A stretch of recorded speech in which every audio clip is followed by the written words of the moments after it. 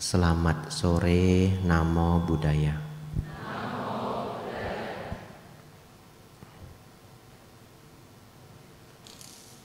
Saudara-saudari,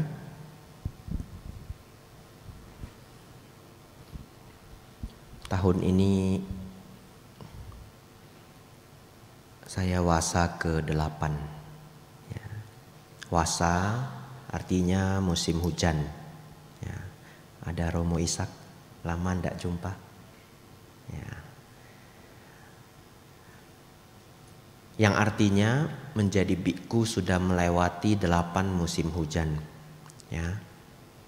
Tapi samaneranya 2 tahun. Jadi sudah 10 tahun. Sepertinya ini ceramah terakhir saya sebelum masuk wasa. Ya. Jadi sudah saya kosongkan sampai masuk wasa. Tinggal ada pelajaran pabaja. Ya, tapi kalau pabaja kan bukan ceramah tapi kelas. Ya. Kalau ditanya, kenapa Bante? Ini ceramah terakhir. Sudah habis ilmunya Bapak Ibu. Ya. Ilmu saya sudah habis. Ya, jadi selama 3 tahun ceramah ndak berhenti, habis ilmunya. Ya. Jadi mau ceramah apa lagi ndak tahu. Semua sudah ada di YouTube. Ya. Anda cari saja. Ya. Oleh karena itu saya harus masuk wasa dulu. Tahun ini ingin sekali saya fokus mengulas Anguttara Nikaya, Dhammapada dan Sutta Nipata. Ya, itu PR saya tahun ini. Nah, menarik, Anguttara Nikaya itu sangat menarik. Banyak sekali nasihat Sang Buddha untuk umat awam, kehidupan sehari-hari. Ya. Selama ini tidak begitu saya fokuskan karena banyak nasihatnya untuk umat. Sedangkan saya butuh nasihat untuk saya, ya, pertapa. Dan itu banyak di Majjhima Nikaya, nama bukunya. Ya, Anda ndak pernah dengar ndak apa-apa. Dengar sekali, 2 kali, 3 kali nanti makin merasa tahu, ya. Bapak Ibu Saudara, oleh karena itu tadi saya berpikir kalau begitu kelas sore hari ini saya tanya jawab aja. Saya mikir begitu, ya. Tapi saya mikir lagi, kalau langsung dimulai tanya jawab, mungkin ada yang sedikit kecewa. Waduh, sudah nunggu kelas Bantenya datang sia-sia. Belum tentu yang nanya itu pas sama yang diinginkan semua orang, ya. Kadangkala bisa aja masuk pertanyaan pertama nggak kena, pertanyaan kedua nggak kena, ya, pertanyaan ketiga nggak kena, karena kebutuhan setiap orang berbeda-beda. Jadi Bapak Ibu Saudara, kita tetap akan tanya jawab, tapi saya ceritakan dulu apa yang menurut saya baik, ya, untuk dibagikan. Random. Terpikir apa yang bagus, saya sampaikan. Yang pertama, ini problem yang sering saya dapatkan akhir-akhir ini, ya, yaitu apa? Orang tua yang sulit mengendalikan anaknya, gitu ya. Sulit mengendalikannya berbagai macam rupa. Ada yang jadi bandel, ada yang nggak bandel, tapi kurang sayang orang tuanya. Dia mah biasa-biasa aja. Oke-oke aja, ya, tapi kurang sayang orang tuanya. Ada yang jadi bandel, ada yang kurang sayang, dan yang lainnya. Oleh karena itu Bapak Ibu Saudara, sebelum ini terjadi, Bapak Ibu Saudara, satu lagi yang bikin stres juga, nomor 3, anaknya pindah agama, stres juga, ya, kasih tahu saya juga. Nah, jadi sebelum ini terjadi di Bapak Ibu Saudara, Anda fokus dengerin saya, ya. Yang pertama,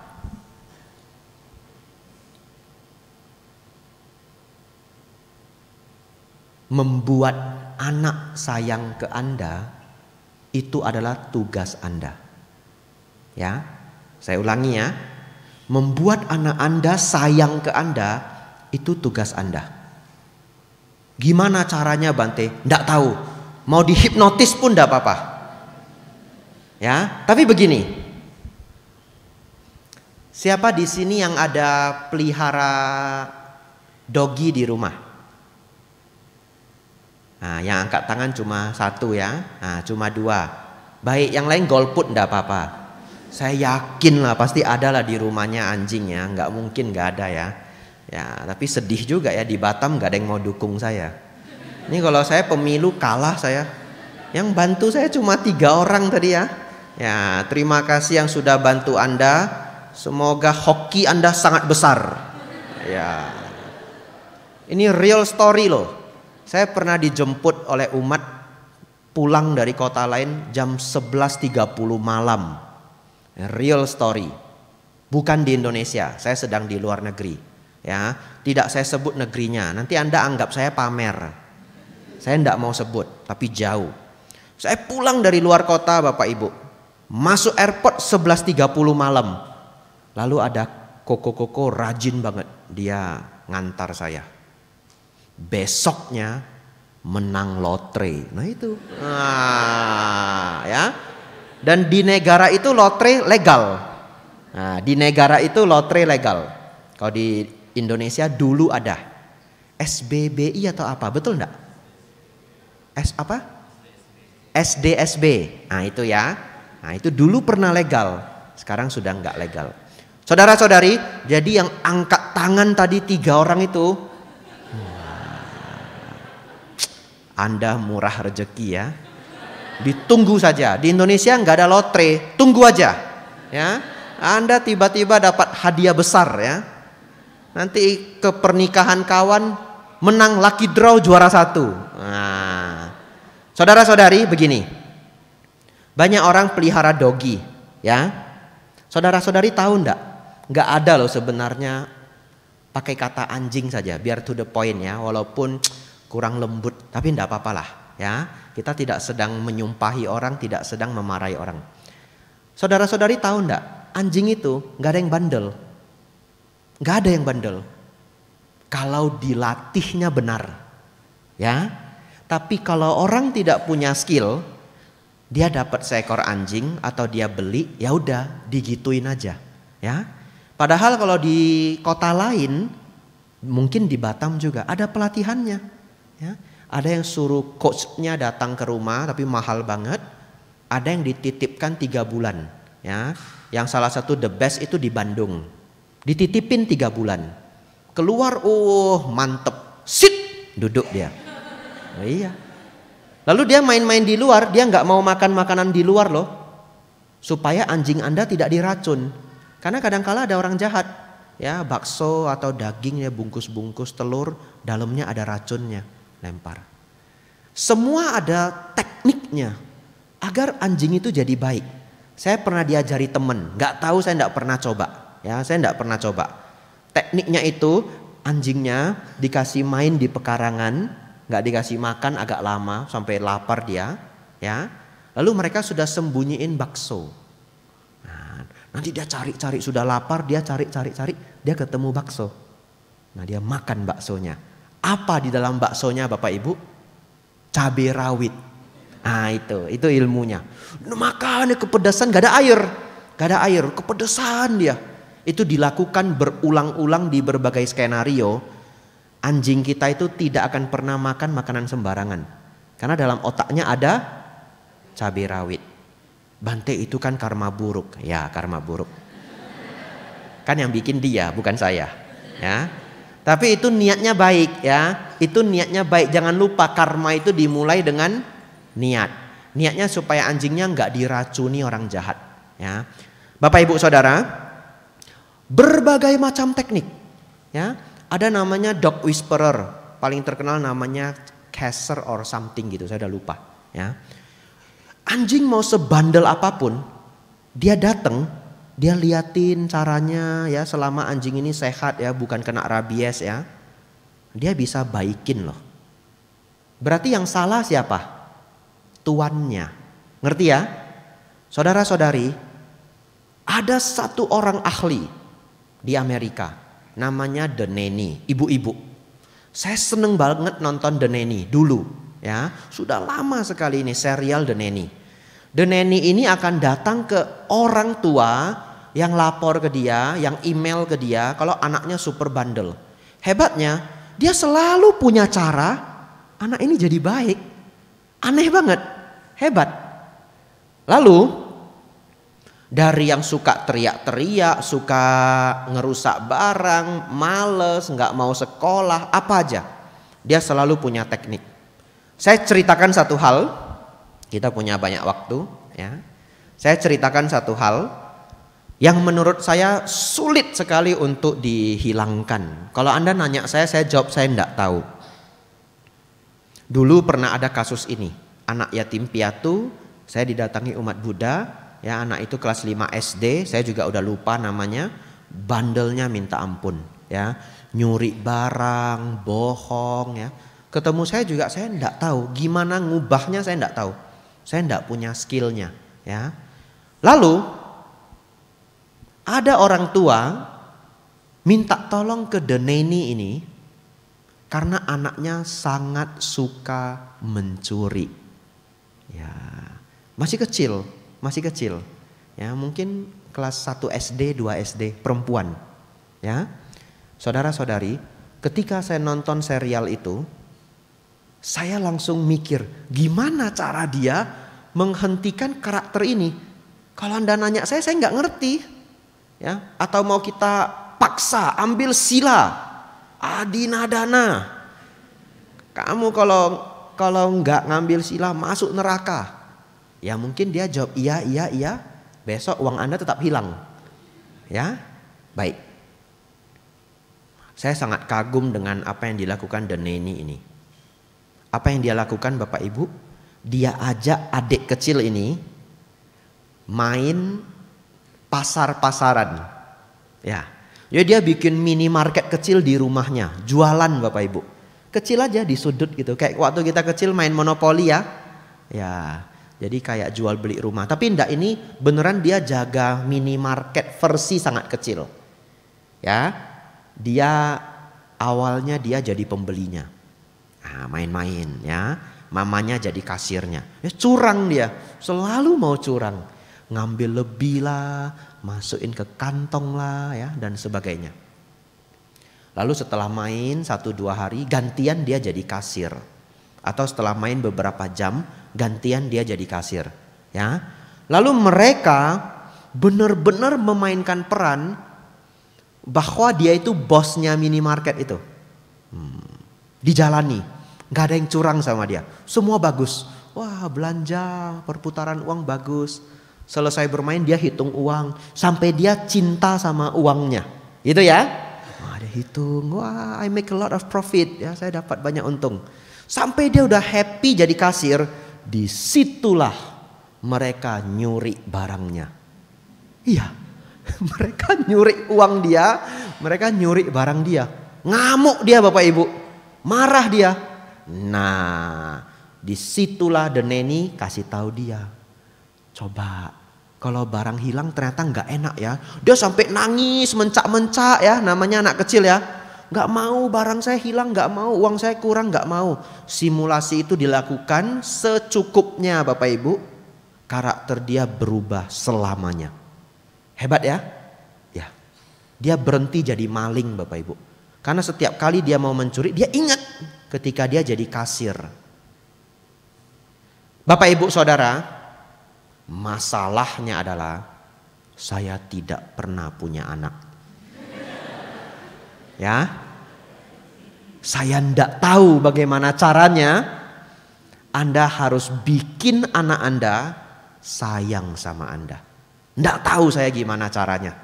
Ya, kalau Anda mikir, ini cara mikirnya. Kalau Anda renungkan orang tua Anda, semua anaknya sayang papa mama Anda, berarti papa mama Anda sukses. Anda boleh tiru ilmunya. Ya. Tapi kalau setelah Anda renungkan, aduh papa saya punya anak 6. Yang 3 uhau. 3 lagi bohau. Ya, bohau itu tidak tidak bakti. Ya. Berarti Anda sudah tahu ilmu papa mama Anda kurang. Terus terang. Kalau Anda niru lagi, mungkin akan terulang. Ya. Terus saya harus bagaimana Bante? Baik. Anda dengarkan baik-baik bagi yang anaknya masih kecil. Cari orang tua lain yang anaknya semua uhau. Itu. Cari. Itu PR Anda. Ya. Cari, kumpulkan beberapa AI, AC yang anaknya semua paten. Tanya dia. Iya. Lekia kok aneh uhau. Gitu ya. Tanya dia.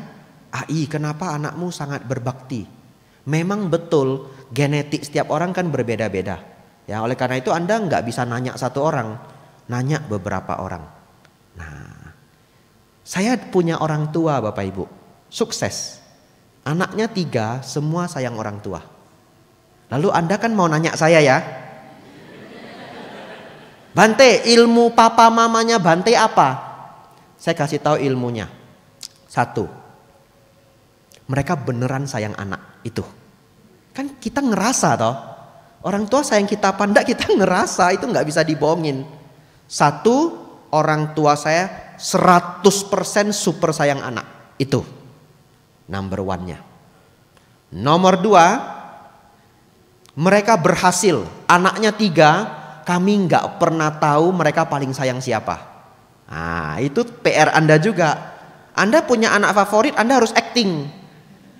Kasian sama yang lain ya. Sempat nanti anak kesayangan Anda pergi ke Amerika, ndak pulang, amsyong lah Anda. Nah, yang 2 udah dendam kusumat ini. Lu kuca bo sayang wah ya. Oke. Ya. DAB koi tiao lah. Cik hamik koi tiao. Kajik cak lontong, mai keng chai. Wasehan mabutan keng chai. Nah itu. Ya, yang nggak ngerti Hokkien subtitle di bawah. Ya. Jadi Bapak Ibu Saudara, Anda harus acting sepintar-pintarnya.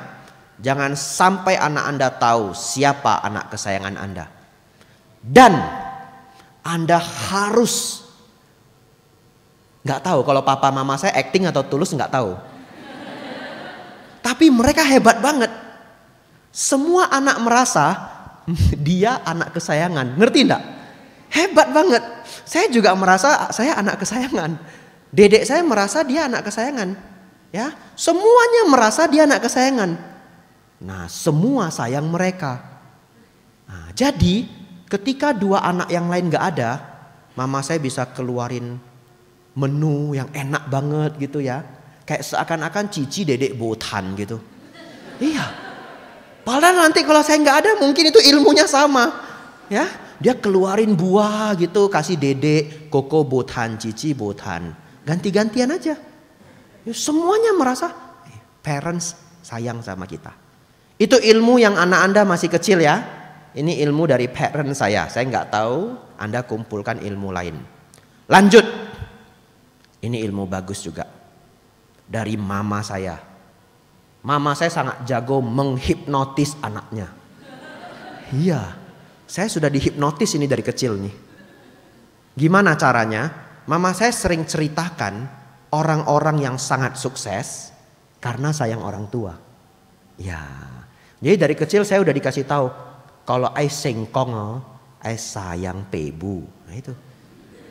Kalau mau sukses sayang orang tua. Dan ditunjukin, ini lihat, dia sayang banget sama mamanya kan. Itu aku itu, gang itu, bos santan, besar sekali rumahnya. Dari dulu dia paling sayang sama mamanya, paling sayang sama papanya. Lu lihat itu, Ko Ahok, bos sabun, produksi sabun batang, sayang banget sama orang tuanya. Padahal yang nggak sayang sukses mungkin ada juga ya. Tapi kalau dipikir-pikir bener loh. Ya, kalau Anda perhatikan di masyarakat, umumnya orang yang sayang orang tua itu sukses. Aneh ya? Padahal mereka keluar duit lebih banyak loh daripada saudara lain. Aneh ya? Mereka harus menghidupi orang tua, tapi tidak jarang mereka lebih sukses dari saudaranya. Ya, ini keanehan. Ini keanehan. Oleh karena itu, apa yang diajarkan Sang Buddha benar. Kalau senang berbuat baik, jangan takut kehilangan. Ya, saya sudah lihat begitu banyak di masyarakat orang yang sayang parent, sayang orang tua, ngerjain apa aja lancar, berkahnya banyak. Ya, itu Anda harus hipnotis anak Anda. Saya dari kecil sudah dihipnotis Bapak Ibu. Mau dibuang juga udah nggak bisa. Ya. Dan ilmu-ilmu lainnya. Ilmu terakhir ya, tidak saya jelaskan lagi, ini agak sulit mungkin bagi Anda. Karakter orang tua berbeda-beda, tapi orang tua saya sangat suka dengerin anak. Ya, sangat suka. Jadi saya bisa ingat waktu saya kecil, kalau saya ngobrol sama mama saya, dia dengerin loh 1 jam, 2 jam, sambil kupas apel. Ya, mama saya kupas apel, saya ceritain di sekolah kayak gini, kayak gitu, kayak gini, kayak gitu. Dia kupas apel, kasih saya apel, ya, kupas buah tiap hari harus makan buah. Dan mama saya pinter, dia kupas di depan kita. Jadi kita harus makan. Kalau Anda taruh di kulkas, anak kecil enggak makan. Ya, dia kupas di depan kita, kan kita mau makan. Ya, nah ini saya enggak tahu teknik orang tua Anda. Nah, saudara-saudari, papa saya juga selalu dengerin anak. Jadi kalau Anda ingin anak Anda jadi orang pemberani di masyarakat, dengerin dia. Kalau setiap kali anak kecil itu ngomong Anda tolak ide dia, ya dia nggak mau ngomong. Ya, dia nggak mau ngomong. Baik.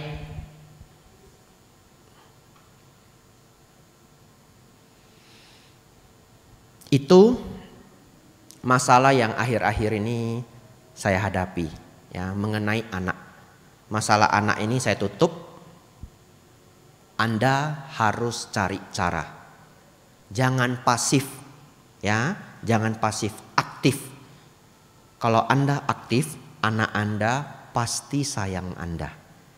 Kalau yang masih nggak dapet, senang baca buku, kumpulin buku-buku parenting, baca, ya. Baik, ada satu pertanyaan, silahkan. Tidak ada, enggak apa-apa. Ya. Ya. Kalau enggak ada, saya nanya sendiri, jawab sendiri. Ini sampai jam berapa kalau boleh tahu? Jam 7. Ya, maksimalnya jam 7, ya. Lebih juga enggak apa-apa, ya. Baik. Nanti saya lihat semangat Anda. Kalau Anda masih semangat, saya lanjut, ya. Kalau Anda sudah lesu, ya saya tutup. Ya, saya ikut semangat peserta. Karena saya pernah rekor Bapak Ibu, ya, bikin Q&A tanya jawab di satu wihara. Mulainya jam 1 siang, selesainya jam 8 malam. Mereka masih tidak mau pulang. Iya, karena besoknya saya sudah mau pulang Bapak Ibu, ya. Tempat yang sangat jauh, sampai jam 8 malam. Ya, tapi itu karena semuanya masih semangat. Ya, enggak mungkin lah hari ini kita sampai jam 11 malam, ya, enggak mungkin. Ikut semangat Anda. Siapa mau bertanya silahkan? Ya, silahkan Bu.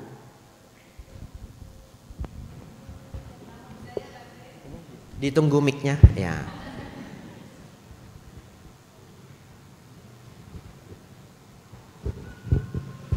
Namo Buddhaya Bante. Namo Buddhaya. Ya, saya Bu Maya dari Lingga. Bu siapa? Maya. Bu Maya. Dari Lingga Bante. Saya pernah ke Lingga 1 kali. Ditunggu lagi Bante. Waduh, jauh sekali ya. Nggak berani janji dulu. Ya, silahkan. Ya, terima kasih. Terkait dengan orang tua yang harus sayang sama anaknya. Saya dari dulu pertama kali punya anak Bante. Sayang sekali sama anak. Cuma saya berpikir nanti kalau saya sayang sekali sama anak, terus saya melekat, kalau berjauhan dikit saya nanti rindu. Jadi gimana gitu, memisahkan antara supaya saya sayang, tetap sayang, tapi jangan sampai melekat. Kan kalau melekat nanti anak-anak sakit, saya jadi panik. Kalaupun ada juga orang tua yang saking sayang sama anaknya, ada apa-apa anaknya ataupun misalkan meninggal, bisa sampai terkena mental Bante. Ya, mohon pencerahannya Bante, terima kasih. Baik, terus terang, saya bisa bantu menjawab dengan teori Dharma. Tapi, nah, ini semua ngikutin ya. Terus terang, saya bisa bantu dengan teori Dharma. Tapi, sesungguhnya itu adalah paketnya orang tua. Itu udah paketnya orang tua, ya. Kalau bahasa Inggrisnya jangan di bahasa Indonesia kan. Kalau bahasa Inggrisnya mereka senang pakai itu udah kutukannya, nah itu curse-nya. Itu udah kutukannya. Kalau mau punya anak, maka start detik itu anak sudah lahir, hidup orang tua itu ya untuk anak. Itu udah kutukannya gitu. Anak sakit ya orang tua ikut sakit. Ya, anaknya udah umur 50 pun, ibunya umur 80, anaknya kenapa-kenapa ya tetap stres. Ya, jadi saya mengatakan itu sudah kutukannya. Tapi begini, caranya adalah harus memahami sayang dan melekat itu adalah dua hal. Ya. Saya kasih contoh. Bayangkan adalah seorang anak yang sangat bandel, tidak sayang ibunya sama sekali. Dalam artian selama ini dengan ibunya melawan, bahasanya kasar ya. Kalau dia dapat uang ya juga enggak ngebahagiain ibunya. Pokoknya bikin sengsara ibunya dan sebagainya. Tiba-tiba ibunya meninggal, dianya nangis paling keras. Dan enggak acting, dia beneran nangis. Katakan begitu ya, dia beneran nangis. Dia beneran sangat terpukul. Nah, ini namanya tidak sayang tapi melekat. Di samping itu ada orang lain sangat sayang sama ayah atau ibunya. Kita pakai contoh ibu aja. Sangat sayang sama mamanya. Kalau dia punya rezeki dia cepet-cepet sisihin, transfer ke mamanya. Ma ini lebihan bulan ini ya. Ada Gojek sekarang, wah tiba-tiba diantarin makanan padahal anaknya di luar kota. Dia sayang banget sama mamanya. Tiba-tiba mamanya meninggal. Di rumah duka dia kelihatan ya tidak terlalu bersedih. Ya, tamu datang dia masih bisa ya silakan masuk. Bahkan tidak nangis sepanjang upacara ibunya. Itu namanya sayang dan tidak melekat. Itu ilmunya ya. Lalu temannya nanya, ibumu meninggal kamu kok enggak nangis? Dia jawab, sebenarnya ya saya nangis juga sebentar. Tapi saya mikir saya sudah sangat membahagiakan ibu saya selama ini. Nah, saya pikir tugas saya sebagai anak sudah bagus. Tidak ada penyesalan. Ya, semua orang pasti akhirnya tutup usia. Ya, anicah, saya mengerti hal itu. Nah, jadi dari dua simulasi ini tugas kita adalah menjadi anak nomor 2. Sayang tapi tidak melekat. Kalau ibu nanya lagi, caranya gimana Bante? Caranya adalah banyak belajar Dharma. Itu ndak mungkin Dharma 10 menit bisa bikin kita tidak melekat. Tidak mungkin. Harus pelajari semua ajaran Buddha yang bagus-bagus. Anicca, Dukkha, Anatta, 4 kebenaran mulia, Attha Loka Dhamma, ya, mengerti jalan mulia berunsur 8, mengerti kisah-kisah hidup Sang Buddha ketika bertemu kisah Gotami, seorang ibu yang kehilangan anak bayinya. Nah, itu adalah perjalanan tahunan, Bu. Ya. Jadi tipsnya adalah ibu sering dengerin ceramah Bante Panyawaro, Bante Utamo. Kalau bisa dijadwalin, ya, cari 1 hari seminggu sekali dengerin, ya. Cari aja yang viewsnya banyak dulu. Nah, denger yang viewsnya banyak dulu. Nah, lama-lama ilmu-ilmu dari kedua beliau itu masuk ke kita. Nah, disitulah kita bisa mengurangi kemelekatan. Ya, jadi mengurangi kemelekatan itu perjalanan yang cukup panjang. Ya. Tapi saya yakin kalau ibu sampai sudah bisa nanya pertanyaan ini, sesungguhnya kemelekatan ibu pun sudah berkurang. Tidak seperti orang pada umumnya. Dan kembali lagi, kalau ibu ngasih tahu saya, tapi Bante, kalau anak saya sakit, saya tetap stres. Ya, itu sudah paketnya. Gak ada lah orang tua gak stres kalau anaknya sakit. Ya, gak ada. Menurut saya gak ada. Kalau ada, namanya gak sayang. Simple aja. Ya. Jadi ibu stres ketika anak ibu sakit, ada baiknya. Loh, baiknya apa Bante? Anak Anda jadi tahu mama saya begitu sayang dengan saya. Coba kalau anaknya sakit demam sudah 40 sudah menggigil. Menggigil ya dek ya? Menggigil ya? Sabar dek ya, sabar ya. Nggak ada itu, orang tuanya nggak ada mimik wajah gelisah gitu. Anak itu juga sedih, ya. Mungkin sekarang dia nggak ngerti, tapi nanti ketika dia sudah umur 25, dia flashback. Kayak dulu saya sakit, mama saya nggak peduliin saya loh. Padahal ibu stres juga, cuma mau mempraktekkan ilmu tidak melekat ini. Ngerti ya? Jadi saya malah khawatir. Khawatirnya adalah menunjukkan rasa sayang ke anak itu juga perlu. Itu body language yang akan dia tangkap. Ya. Ya, itu sejauh yang bisa saya jawab. Semoga dicerna dengan kebijaksanaan.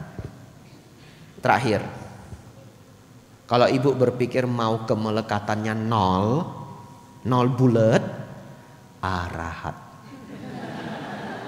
Ya, arahat. Ibu nanya saya sebagai ibu perumah tangga yang punya anak. Wah, itu jauh. Kurangi aja kemelekatannya 40% sudah bagus. Ya, 50% sudah bagus. Ya. Anumodana pertanyaannya. Ya. Baik. Anda siap-siap dengan pertanyaan berikutnya, tapi saya masuk dulu satu pertanyaan bagus, ya. Akhir-akhir ini saya juga dapat masalah ini dari umat yang kontak saya.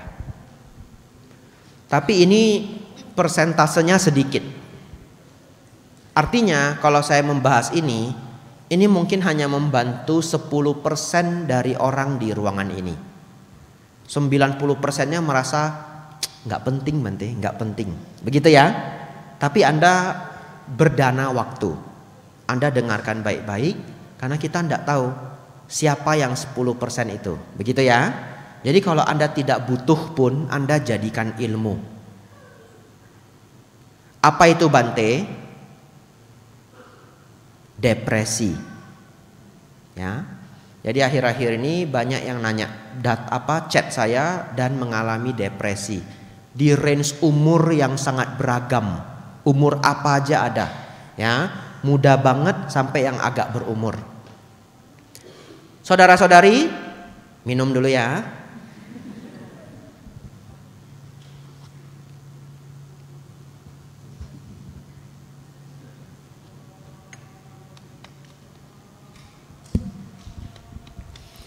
Bagi yang merasa hidupnya cukup sering stres tanpa sebab, atau merasa hidup itu sangat tidak berwarna, sampai makan pun enggak enak, hidup merasa seperti suram sekali, Anda fokus ke saya.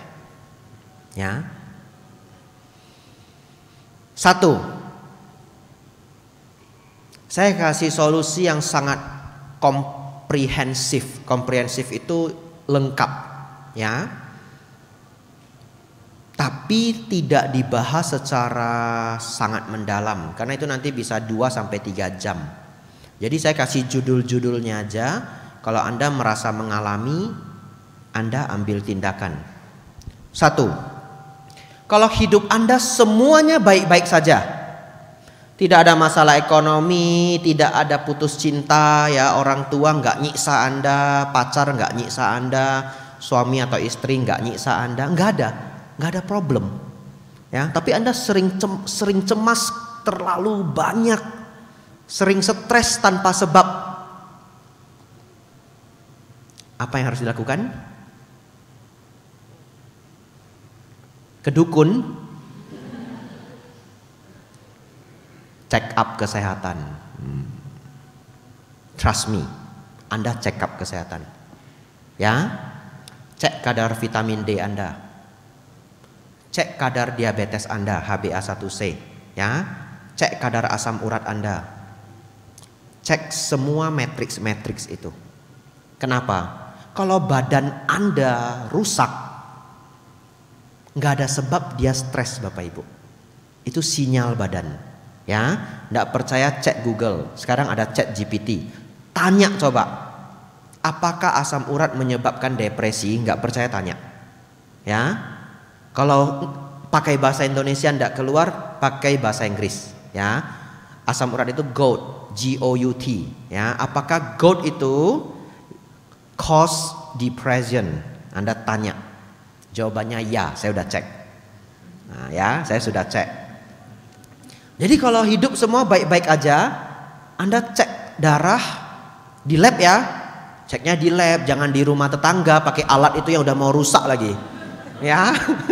Tolong cek di lab ya. Ya. Asam urat Anda 11, 12. Bagaimana badannya nggak stres? Ya. Itu badan lagi ngasih tahu Anda, perbaiki ini asam uratnya ketinggian, nanti ginjalmu habis. Begitu. Dia lagi teriak itu. Atau gula darah Anda terlalu tinggi. Lalu Anda hantam gula setiap hari. Ya, makannya nasi segunung, pakai perkedel, bakwan, kerupuk, teh manis dingin, gulanya banyak, amsyong lah Anda. Ya, sudah diabetes, Anda hantam gula setiap hari. Badannya itu harus teriak Bapak Ibu. Kalau enggak kaki ini bisa hilang. Diabetes kaki bisa hilang toh? Ya, matrix, vitamin D. Ya, orang yang depresi, ini ada jurnalnya. Kalau dalam keadaan depresi, vitamin D dia juga terlalu rendah. Depresi dia bisa naik 1500%, 15 kali lipat. Ya, jadi kalau orang depresi kekurangan vitamin D naik 15 kali lipat. Kalau orang normal jadi kecemasan. Ya, Anda cek di lab. Saya tidak di endorse. Tapi kalau ada lab yang mau endorse saya boleh. Nanti ceramahnya tak tambah-tambahin. Tiap hari suruh umat check up kesehatan, ya. Nah, kalau di dunia kedokteran ada persenannya beneran. Cuma saya biku nggak dapet saya, ya. Kenapa? Ya ada dokter. Saya sudah lirik-lirik juga beberapa kali ya. Mana tahu dokter mau kerja sama ya. Nah, saya sudah lirik juga dokter. Kasih kode-kode Bapak Ibu ya. Saudara-saudari dan lain-lain ya. Anda pelajari sendiri. Kalau di luar negeri, mungkin di Indonesia juga ada tapi saya nggak ngerti. Kita bisa cek semua kadar vitamin dan mineral tubuh. Mungkin ada yang defisiensi. Defisiensi artinya kekurangan. Kekurangan vitamin B itu bisa depresi. B1 tiamin. Ya, Anda minum kopi terlalu banyak, tiaminnya drop. Anda makan karbohidrat terlalu banyak, tiaminnya drop. Saya berani cerita ini, saya bukan dokter tapi karena saya udah cek. Kalau enggak saya dimarahin orang juga. Dan enggak banyak. Teori yang saya keluarkan enggak banyak. Yang benar-benar krusial. Nah, kalau Anda sudah kena depresi 5 tahun. Contoh, enggak pernah ada solusi. Apa salahnya tembak ke Singapura check up kesehatan? Betul enggak? Karena Bapak Ibu tahu enggak kalau depresi berlarut-larut berakhir dengan apa? Nah, Anda jawab sendiri. Ya, saya tahu check up kesehatan itu mahal. Tapi kehidupan jauh lebih berharga, ya. Baik, lanjut. Gak berani lagi cerita vitamin mineral. Nanti jadi seminar kesehatan, ya. Saya stop sampai di sana. Yang pertama, bagusin badan Anda, olahraga, ya, olahraga. Kedua, Anda memang punya problem di rumah. Dengan mertua kah, dengan bisnis kah, dengan anak kah, memang benar. Tapi, nah ini yang gampang stres, fokus ke saya, ya, fokus. Tapi coba Anda renungkan, apakah stres Anda itu sudah lama? Mungkin sudah sejak SMA, ya, mungkin sudah sejak kuliah semester kedua. Kalau iya, barangkali jawabannya adalah Anda kurang bijaksana. Ya. Anda kurang bijaksana. Kenapa? Ada orang melihat masalah kecil itu dilihat sebagai hal yang sangat menakutkan. Ya. Itu karena mungkin dia mendapatkan mindset dari orang rumah ketika kecil yang tidak dia sadari. Masuk perlahan-lahan, ngerti? Ya. Tapi ada orang itu sangat tough, sangat kuat, sangat kuat. Dia punya prinsip-prinsip hidup yang membuat dia tegar. Dan itu mungkin dapat dari papanya, dari akongnya, saya tidak tahu. Kalau mindset ketika kecilnya keliru, maka sampai dia besar, ketika mendapatkan masalah, dia akan sangat terpuruk. Pertanyaan saya, siapa yang tidak kena masalah? Gak ada. Betul? Gak ada. Jadi kalau dia ceritakan, saya sudah stres 15 tahun. Kok bisa? Rumah saya banyak masalah. Masalah apa? Anak saya kalau nggak disuruh belajar, nggak mau belajar. Main game. Rankingnya gimana? Oke sih ranking 15, tapi kan kayak aneh gitu. Harusnya dia belajar. Sebenarnya itu kan umum. Ngerti ya? Itu masalah umum. Pertanyaannya, kenapa orang tua lain tidak stres? Kenapa dia stres? Berarti yang salah adalah cara berpikirnya, ya. Kalau Anda berpikir bahwa rumah Anda banyak masalah, percaya saya, orang yang jadi pengusaha cabangnya 15 itu masalahnya lebih banyak. Percaya saya, ya. Oleh karena itu, kalau masalah Anda adalah mindset, obatnya apa Bante? Dharma dan orang bijaksana, ya. Dharma, Anda datang ke wihara. Ya, atau Anda nonton di YouTube. Saya sangat sering sharing mindset sengaja. Ya, supaya ada manfaatnya saudara datang ke wihara. Mindset Anda jadi tough, jadi kuat. Yang kedua, deket-deket sama orang bijaksana. Cari orang bijaksana di lingkungan Anda, deket-deketin. Nanti mindset dia nular. Dan mindset itu sangat penting. Contoh, waktu saya kecil, saya sangat dekat sama kuku saya. Dia pengusaha ikan asin. Ya, satu ketika kami pergi ke mall belanja buku tulis. Sampai di rumah buku tulisnya kurang. Kita belanjanya 5, struknya 5, di dalam plastiknya 4, kurang 1. Kalau mindset dari rumah saya, kita hanya menerima kesialan itu. Aduh, ini lagi sial kah? Lagi apakah? Kayaknya kita ditipu sama pegawainya. Apalah, ngerti? Paman saya beda. Paman saya beda. Dia bilang ke saya, ayo kita pergi minta. Iya. Aqua, kuilew mana elewa? Kan udah dibuka plastiknya toh. Apa buktinya buku kita kurang? Paman saya bilang apa? Kalau bosa lah menkia. Itu. Kalau memang kita ndak salah jangan takut. Balik loh kita pergi minta. Saya nggak pernah dapat situasi begitu, ya. Tapi paman saya bos distributor ikan asin besar usahanya. Saya diajak balik. Jadi bapak ibu tahu ndak? Sepanjang jalan saya ketakutan. Iya. Saya Aqua. Biokin nih mic-nya. Saya Aqua. Lang bosa lah mic-nya. Dia ulang-ulang gitu. Ya udah saya nggak berani nanya lagi, ikut aja saya. Naik ke Medan Mall ya kan, pusat pasar ya kalau ada yang orang Medan di sini ya. Pusat pasar ada Medan Mall. Malam-malam Bapak Ibu balik kita datang ke pegawainya. Lalu saya bilang gini, Bang, ini kurang ini, coba cek. Padahal mau cek gimana ngeceknya itu udah pasti udah dibuka. Pegawainya gantiin loh Bapak Ibu. Saya shock juga, wah Jin Ho ya aku. Saya shock juga, digantiin. Minta maaf lagi karyawannya. Udah selesai. Iya. Kalau dulu saya anggap itu kesialan. Sejak itu mindset saya berubah. Yaitu apa? Bosalah, mic-nya lang. Anda ganggulah saya, datang saya Bapak Ibu. Kalau saya nggak salah datang saya nanyain Anda. Ini kenapa begitu? Iya. Mindset itu saya dapat dari paman saya. Seumur hidup saya tidak lupa. Mungkin saya masih kelas 3 SD. Ya. Jadi itulah kata Sang Buddha, deket-deket sama orang bijaksana. Dan ilmu itu banyak di dunia ini. Ya. Anda cari teman Anda yang wise, deket-deket sama dia. Lanjut.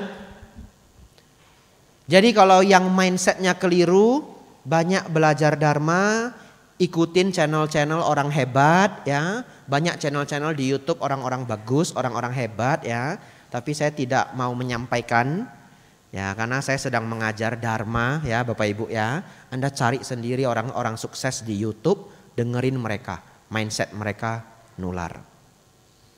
Terakhir, menurut seorang dokter saraf, ada videonya di YouTube, depresi itu genetik. Ya, depresi itu genetik.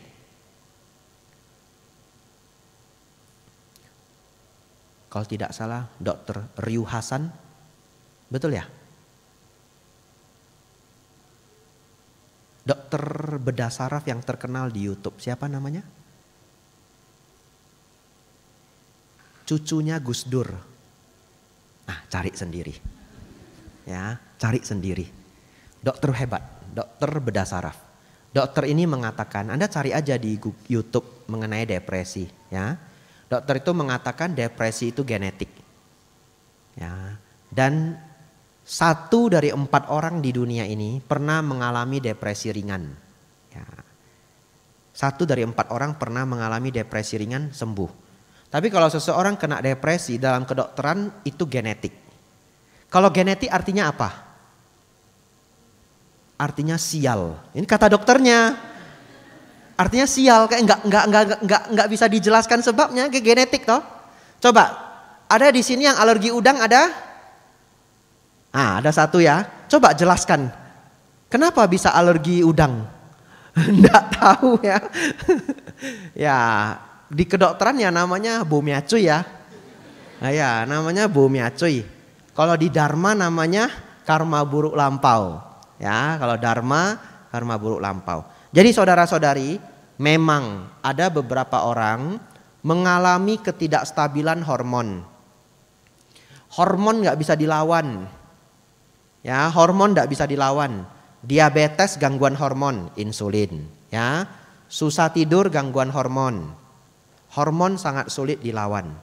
Oleh karena itu, kalau orang ini mengalami imbalance, tidak stabil hormon-hormon kebahagiaan, ya dia stres. Ya, hormon kebahagiaan apa Bante? Dopamin, endorfin, GABA dan lain-lain. Solusinya apa? Kalau saya ya merujuk Anda ke profesional. Ya, itu sudah yang paling benar secara ilmu pengetahuan. Profesionalnya siapa? Psikiater. Ya, kalau sudah coba berbagai macam cara tidak sembuh, cari psikiater yang bagus. Ya, mungkin ya kalau saran saya, Anda bisa cari psikiater yang satu suku. Ya, karena masalah pribadi itu kan kadang ada cerita kesukuan. Contoh Anda cerita sama psikiaternya, Anda berantem gara-gara kuburan. Ya, di rumah berantem gara-gara akongkong acoy bong besai jalai ganggu. Keramik pecah nggak boleh diganggu. Kalau ganggu 7 turunan bisa sial kan katanya begitu ya. Lalu Anda perbaiki kuburan itu. Berantemlah satu rumah. Nah kalau dokternya tidak mengerti itu ya dia anggap itu bukan satu masalah besar. Ya. Atau pilihan kedua ya Anda cari aja dokter paling pintar di tempat Anda. Ya, psikiater Bapak Ibu. Ini direkam juga. Jadi ini saran untuk semuanya. Saya mengerti barangkali tidak ada yang depresi di ruangan ini. Ya, Anda berdana waktu untuk banyak orang. Sudah 18.30 Bapak Ibu. Mari kita tanya jawab sampai pulang ya. Ya, saya bahas depresi cukup lama, Bapak Ibu sudah bosan juga ya. Mungkin ada yang dalam hati sudah berpikir begini, Bante bahas depresi, walaupun pengen depresi gitu. Ya saya lihat Anda kok jadi kelam gitu ya. Waduh salah topik ini saya ya. Ya harusnya saya bahasnya hoki gitu ya. Wah semua jadi happy lagi. Silahkan kita punya 30 menit. Nah, Ibu silakan.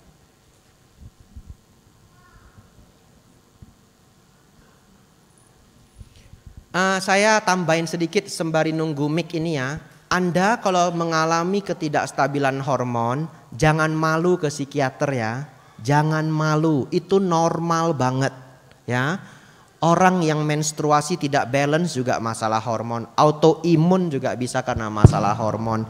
Diabetes masalah hormon. Susah tidur masalah hormon ya. Badan capek tidak pernah fit gitu juga bisa masalah hormon. Jadi tidak perlu malu. Itu genetik. Tiap orang dapat porsinya berbeda-beda. Maksudnya genetik Bante. Ada orang tensinya tidak pernah rendah. Setiap cek tensinya 160. Ya gimana? Ya sudah diet, sudah olahraga nggak mau turun. Akhirnya dia konsumsi obat. Itu namanya genetik. Ya silakan Ibu. Izin Bante, mungkin agak sedikit keluar dari topik ya Bante. Izin. Gak ada topik juga, jangan khawatir. Karena sebelumnya saya mengikuti yang 4 kesunyataan mulia yang di Tanjung Pinang itu, ada satu kata-kata Bante yang mengatakan bahwa Sotapanna itu mudah dicapai. Izin Bante, mungkin saya ingin menanyakan mengapa Bante mengatakan seperti itu. Pastinya ada alasan. Izin Bante, tolong dijelaskan, mohon penjelasannya Bante. Terima kasih Bante. Ya, saya mengatakan Sotapanna tidak sulit dicapai. Ya, seingat saya tidak bilang mudah, tapi Maaf, Bante. tidak sulit. Ya, tidak sulit. Apa bedanya Bante? Rasa uka kangko tampuk lah, ya. Kalau mudah itu kayak simple gitu, enggak, tidak sulit. Ya, jadi kalau mudah di sini, sulit di sini, tidak sulit di sinilah. Potong-potong ya. Maaf Bante. Enggak apa-apa. Saya jelaskan kenapa. Karena memang tidak sulit. Itu adalah fakta. Ya, itu adalah fakta. Jadi kalau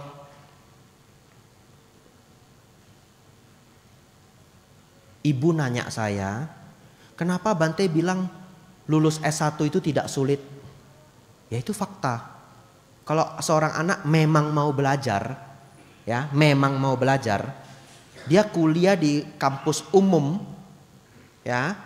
Janganlah Harvard ya, umum dulu. Lulus S1 sebenarnya sulit enggak? Enggak sulit. Itu adalah fakta gitu. Ya, jadi kalau Ibu nanya saya, jawabannya itu adalah fakta. Memang tidak sulit. Tapi saya tahu apa yang di pikiran Ibu. Di pikiran Ibu itu sulit. Ya, saya bedah. Kemungkinan syarat-syarat pencapaian Sotapanna yang kita hafal atau yang kita tahu itu beda versi. Itu jawaban saya. Nah ya, versi yang Ibu pernah dengar entah dari guru siapa itu sulit gitu. Versi yang saya pelajari tidak sulit. Oleh karena itu, nanti pulang boleh nyari pelajaran namanya 10 Samyojana. Dan itu dari Sang Buddha. Saya ada pelajarannya. Awalnya berpikir mau belajar itu juga. Ya, di Pinang pernah ya 10 Samyojana ya? Belum pernah ya. Berarti Batam belum pernah juga ya? Ada modulnya, semua orang pegang kertas, belum ya? Ya, kemarin di Pinang 4 kebenaran mulia. Semua pegang kertas. Biasanya habis 4 kebenaran mulia, saya masuk itu 10 Samyojana. Baik. Di dalam 10 Samyojana, syarat pencapaian Sotapanna itu adalah melenyapkan 3 hal. 1, pandangan keliru terhadap diri. 1 lagi keraguan-raguan. 1 lagi silabata paramasa. Pandangan salah bahwa upacara dan ritual dapat menyucikan diri. Ya, syaratnya begitu jelas disampaikan oleh Sang Buddha. Dan bagaimana melenyapkan 3 hal ini. Jadi secara syarat di Sutta memang 3 hal ini habis Sotapanna. Dan kalau kita melirik di zaman Sang Buddha, banyak sekali orang yang bukan pertapa mendengarkan Dharma itu mencapai Sotapanna. Bahkan kalau kita track di Sutta, hampir semua orang yang mencapai Sotapanna yang tercatat di dalam Sutta itu mencapai Sotapanna dengan mendengarkan Dharma. Ya, hampir semua. Ya. Bahkan ada Bante yang mengatakan semua. Ya, saya tidak berani mengatakan semua. Nanti kok terselip satu bukan kan saya jadi salah. Ya, jadi saya jawab hampir semua. Hanya melalui mendengarkan dharma. Kita track ya. Bante Sariputa, satu kalimat toh. Segala sesuatu yang berkondisi adalah tidak kekal, capai Sotapanna. Sampaikan ke calon Bante Moggallana, capai Sotapanna. Pemuda Yasa, belajar ajaran bertingkat Anupubikata dari Sang Buddha. Ya, Anupubikata itu hanya belajar 5 hal, enggak banyak. Sila, kedermawanan, surga, bahaya dari nafsu indria, lalu nibida, pelepasan. Pemuda Yasa mencapai Sotapanna. Ya.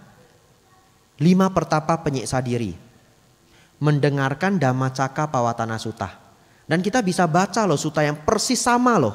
Ya, ada di Parita Biru. Bante Mahakondanya mencapai Sotapanna. Begitu ya. Silahkan di track pelan-pelan. Semua nama yang kita kenal itu mencapai Sotapanna dari mendengarkan dharma. Apakah mereka pernah bermeditasi atau tidak pernah bermeditasi? Memang kita kan nggak bisa track ini orang pernah bermeditasi atau tidak. Tapi kita bisa beralasan atau berlogika. Misalkan dia benar-benar pedagang tulen. Contohnya Mahanama, Anathapindika itu pedagang tulen. Anathapindika itu orang sangat kaya. Ya, Raja Sudodana. Jadi raja itu ya bukan pertapa. Dari dulu sampai hari ini, raja zaman dulu sama presiden hari ini ya sibuknya sama. Ya, dari zaman dulu orang dagang sampai zaman sekarang namanya pedagang sibuknya sama. Ya, jadi kita bisa melihat dan sedikit berlogika, ini orang-orang yang bukan pertapa kok bisa mencapai Sotapanna. Lalu kita korelasikan dengan ajaran Sang Buddha di Sutta. Ternyata memang Sang Buddha hanya membuat syarat 3 ini. Tapi ajaran Buddha kan sudah 2600 tahun. Dan sudah berkembang menjadi sangat banyak versi. Orang gak sadar ini. Agama Buddha sudah sangat banyak versi itu orang gak sadar. Ya, emang ada versi apa Bante? Mahayana, Tantrayana, Theravada, Nichiren, Zen, Sukhawati, Gelugpa, Kagyupa. Silakan dilanjutkan. Ya, silakan dilanjutkan. Pertanyaan saya, di antara aliran-aliran yang berbeda ini, apakah isi di dalam kitabnya sama? Kalau sama namanya bukan beda aliran, simpel aja. Ya, betul ya? Ada yang sama, ada yang berbeda. Ada yang sama, ada yang berbeda. Ini pengetahuan untuk semuanya. Ada Abhidhamma Theravada, ada Abhidhamma Mahayana. Nah, terkejut kan Anda kan? Ya. Jadi saudara-saudari, ini kesimpulannya. Kalau sesuai sutta tidak sulit. Tapi kalau sudah dijelaskan oleh guru lain dan saya tidak tahu guru siapa yang menjelaskan, bisa aja yang 3 syarat ini jadi 10. Ya, tapi ternyata kalau kita cek 7 syarat lainnya itu bukan dari Sang Buddha. Bisa aja dari guru lain 1000 tahun yang lalu di Sri Lanka. Guru lain 600 tahun yang lalu di Tibet gitu. Ya. Jadi saya tidak tahu apa yang sudah pernah Ibu baca. Saya yakin kalau Ibu bertanya begitu berarti pernah mendengar yang syaratnya lebih sulit. Ya. Atau tidak juga. Nah, silahkan. Nah, ini pulang jam 11 ini kita. Izin Bante, karena saya seorang praktisi meditasi, saya sudah berlatih belasan tahun dengan 5 tahun tanpa guru dan 7 tahun dengan guru. Izin Bante, memang dari awal Bante mengatakan yang S1 itu, saya menangkap bahwa Bante mengajarkan saya untuk menghormati prosesnya, karena proses itu penting gitu. Dan yang Bante bilang Anathapindika dan yang lain-lain itu saya menangkapnya Bante mengatakan itu mudah mungkin karena dari sisi tidak sulit. Tidak sulit. Tidak sulit. Nah, maaf, jangan Bante. diganti ya. Maaf Bante. Mudah di sini. Maaf, tidak sulit, tidak Ya. sulit karena kita nggak tahu dari sisi batinnya seperti apa Bante. Oke, saya kasih jawabannya. Siap-siap ya. Jangan sedih ya. Pencapaian Sotapanna tidak serta-merta berhubungan dengan meditasi. Itu jawabannya. Anda syok kan? Gak apa-apa ya, harus ada syoknya sedikit. Begini, ada 2 guru Pangeran Siddhartha sebelum mencapai kebudaan. Alara Kalama, Udaka Ramaputa. Ya, saya minta tolong dukungan di ruangan ini. Siapa yang pernah dengar nama Alara Kalama, Udaka Ramaputa? Nah, banyak ya. Ini untuk membantu yang tidak tahu. Jadi mereka tidak berpikir Bante ngarang-ngarang ini. Nah, saya butuh dukungan Anda karena kita masuk ke topik yang sensitif. Bukan sensitif, penting. Enggak sensitif, penting ya. Begini. Saudara-saudari, Alara Kalama Udaka Ramaputa itu mencapai meditasi tingkat tertinggi. Udah nabrak langit-langit. Arupa Jana 3 dan Arupa Jana 4. Agar saudara-saudari tahu Arupa Jana itu seberapa tinggi, ini. Untuk mencapai arahat di dalam suta, syaratnya mencapai jana keempat. Ya, jana 1, jana kedua, jana ketiga, jana keempat. Ya, kita cerita suta dulu, yang umum dulu. Ya, setelah jana keempat Bapak Ibu, masih ada 4 level. Kadang disebut jana 5, 6, 7, 8. Kalau Bapak Ibu bingung jana itu apa, itu level konsentrasi. Ya, itu level konsentrasi. Level konsentrasi yang dicapai dari meditasi. Bukan hal yang menakutkan. Cuma bahasa Pali aja, jana. Ya dihafal aja. Ya, dihafal aja. Jana setelah 4 apa? 5, 6, 7, 8. Atau bahasa lainnya arupa jana 1, arupa jana 2, arupa jana 3, arupa jana 4. Begini, Sang Buddha mengajarkan kalau orang ingin mencapai arahat, jana keempat cukup. 5, 6, 7, 8 enggak sampai di atas itu enggak apa-apa. Ya, sudah mampu mencapai arahat. Tapi ada 2 pertapa, Alara Kalama dan Udaka Ramaputa, sudah arupa jana 3, arupa jana 4. Atau jana ke-7, jana ke-8, langit-langit itu tabrak langit-langit. Tapi bukan seorang Sotapanna. Nah, coba. Pertanyaannya comiksu. Weiseme. Saya bisa cuma itu ya, nggak bisa Mandarin. Ya, 不明白中文啊，一点一点啊。这个多少钱？ Nah itu saya ngerti ya. Jadi saya bisa belanja ya. Saudara-saudari, jawabannya adalah karena mereka tidak menghancurkan 3 syarat samyojana tadi. Mereka butuh pandangan benar untuk menghancurkan pandangan salah. Kalau dibahas panjang, tapi saya buat sesingkat-singkatnya. Banyak sekali hal yang mereka keliru paham. Keliru anicca dukkha anatta. Tidak tahu penyebab dukkha adalah tanha. Ya. Tidak tahu penyebab dukkha adalah awija. Walaupun meditasinya nabrak langit-langit. Oleh karena itu, Sotapanna itu ditembus dengan kebijaksanaan. Simpelnya, ditembus dengan mendengarkan Dhamma. Perlu meditasi enggak Bante? Boleh. Mereka yang bermeditasi batinnya lebih jernih. Ketika mendengarkan Dharma lebih cepat paham. Tetapi, nah ini bagus ini ya. Siap-siap ya. Anda capek enggak dengerin saya? Minum dulu ya. Ya. Kayak ini lebih seru daripada yang depresi tadi ya. Ya.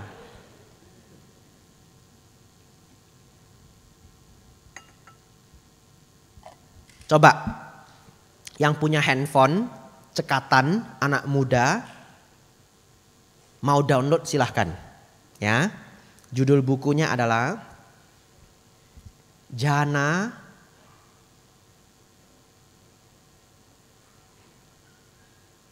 Coba kalau tidak keliru jana-jana dan umat awam. Spasi titik PDF. Bante Bodhi. Ya. Mungkin judul saya keliru tapi akan ada PDF yang keluar. Coba siapa yang udah dapat? Apa judulnya, Ci? Iya. Jana-jana dan umat awam menurut Sutta-Sutta Pali, ya. Yang menulis itu adalah Bante Bodhi. Beliau yang menerjemahkan Sutta-Sutta kita. Nggak ada di sini ya. Beberapa wihara ada. Beliau yang menerjemahkan, mungkin menghabiskan 15 tahun. Berarti ilmu beliau legit, ya, sudah tidak diragukan. Buku itu Anda boleh download, sudah bahasa Indonesia. Nanti pulang Anda baca. Ya. Tapi kalau Anda tidak mau baca, Anda dengerin saya. Bante Bodhi mengatakan, siap-siap ya, bahasanya sulit. Tidak ditemukan di dalam sutta-sutta bahwa pencapaian Sotapanna memerlukan meditasi sebagai syarat khusus. Ini bahasa buku ya. Tak ulang ya. Tidak ditemukan di dalam sutta-sutta bahwa pencapaian meditasi diperlukan sebagai syarat khusus di dalam pencapaian Sotapanna. Itu bahasa bukunya. Simpelnya, di dalam sutta Sang Buddha tidak pernah ada catatan kalau mau mencapai Sotapanna itu harus meditasi. Saya tahu, saya bisa dikritik 1000 orang. Saya tahu, makanya saya keluarin bukunya. Enggak. Kalau kritik Bhikkhu Abhijato banyak yang berani. Coba kritik Bante Bodhi. Bhikkhu Indonesia mana yang berani kritik Bante Bodhi? Coba, enggak ada. Mungkin tidak ada, ya. Mungkin tidak ada. Berhadapan dengan Bante Bodhi itu sudah level akademik Buddhis paling mentok sudah itu. Ya. Jadi Bapak Ibu Saudara, Bante Scholar, Bante cendekiawan terbaik dunia menyampaikan itu ke Anda. Ternyata Sotapanna itu ditembus dengan kebijaksanaan, pemahaman dharma. Kalau ada meditasi bagus, pikiran lebih jernih. Kalau tidak pernah meditasi, berkemungkinan nggak mencapai Sotapanna? Jawabannya tidak ditemukan. Saya mau jawab iya juga nggak berani, ya. Saya mau jawab iya nggak berani. Tidak ditemukan di dalam sutta-sutta pencapaian meditasi merupakan syarat khusus Sotapanna. Sebenarnya yang baru saya sampaikan itu adalah kabar terbaik untuk Anda semua. Artinya Anda yang belum rajin meditasi bisa capai Sotapanna. Anda harus happy nih. Serius, kalau saya bukan bikku, Anda harus traktir saya. Cuma kan saya bikku, sudah nggak boleh makan malam, ya toh? Iya, kalau saya bukan bikku, selesai acara ini Anda wajib traktir saya. Saya baru kasih Anda kabar terbaik. Anda enggak mau capai Sotapanna? Mau kan? Karena Sotapanna itu pasti arahat. Pertanyaannya, bagaimana agar Anda mencapai Sotapanna? Belajar 4 kebenaran mulia. Itu jawabannya. Yang lain menyusul. Tapi itu yang paling penting. Itu yang tidak didapat oleh Alara Kalama dan Udakara Maputa. Sang Buddha mau nyari mereka berdua. Sudah wafat, betul? Ya, ketemunya 5 pertapa penyiksa diri. Diajari 4 kebenaran mulia. Ya, mereka mencapai bahkan arahat. Setelah ditambah 1 sutta. Anatta Lakkana Sutta. Bapak Ibu nanti cari rekaman. Kemarin ada di Pinang. Ya, di Tanjung Pinang kita belajar 2 hari. Anda cari PDF-nya, ya. Siapa yang punya boleh di-share, ya. PDF-nya silakan di-share. Nanti Anda duduk, Anda belajar 4 jam. Ya. 4 kebenaran mulia itu adalah bekal umat Buddha untuk mencapai Sotapanna. Nah, sudah terasa tidak terlalu sulit belum, Ci? Kalau masih belum, lanjut sampai jam 11. Silahkan. Izin Bante, udah Bante sudah saya apa. Tapi Bante nggak usah khawatir karena saya sudah mengalami jatuh bangun dalam praktek. Jadi saya nggak terkejut Bante, izin. Makasih Bante karena saya seperti yang Bante bilang hormati prosesnya. Makasih Bante, ya. Izin. Jangan lupa, tidak sulit Ci. Tidak sulit. Ya. Maaf Bante, tidak sulit. Ya. Bukan. Karena saya sebenarnya khawatir umat menganggap Sotapanna itu terlalu sulit. Sehingga mereka bahkan jadi tidak bercita-cita mencapai Sotapanna atau jadi tidak mencapai Sotapanna. Padahal Bapak Ibu tahu, kalau di agama lain mereka itu sangat yakin sekali loh sama ajarannya. Yakinnya itu berapi-api. Umat Buddha ini paling aneh. Pesimis kau puasi. Udah dikasih tahu tidak sulit. Kangkola Bante wa mana Bante. Itu umat Buddha. Pesimisnya minta ampun. Padahal kalau di tempat lain mungkin teori nggak lengkap juga, pokoknya pasti bisa. Kita yang kasih dia logika. Enggak lah, kayaknya nggak seperti itulah. Lu keliru. Lu bosyong sin, lu maikong wah.